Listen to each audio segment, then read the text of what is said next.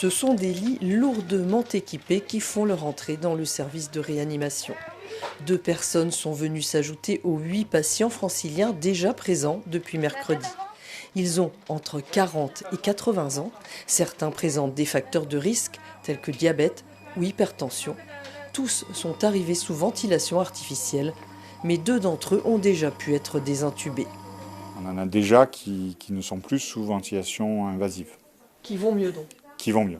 Qui ne sont pas encore sortis de réanimation, mais qui sont sur une bonne voie.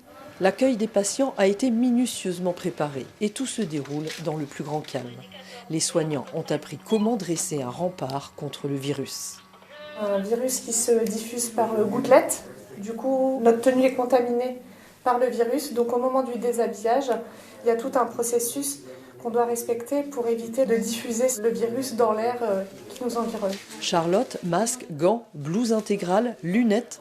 C'est presque une tenue de cosmonaute que doit revêtir chaque jour cette infirmière, sous l'œil attentif d'une collègue qui vérifie que rien ne donnera prise au virus. Tout est bien mis. Ok.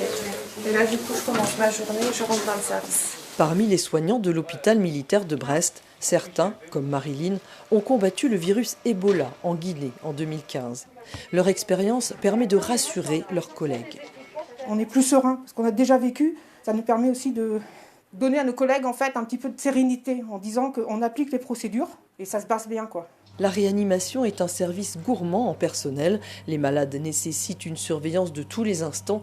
Ils doivent aussi être régulièrement retournés sur le ventre pour mieux respirer, sur le dos pour les soins. Et comme les visites sont impossibles, l'hôpital Clermont-Tonnerre s'est engagé à donner quotidiennement des nouvelles des patients à leur famille.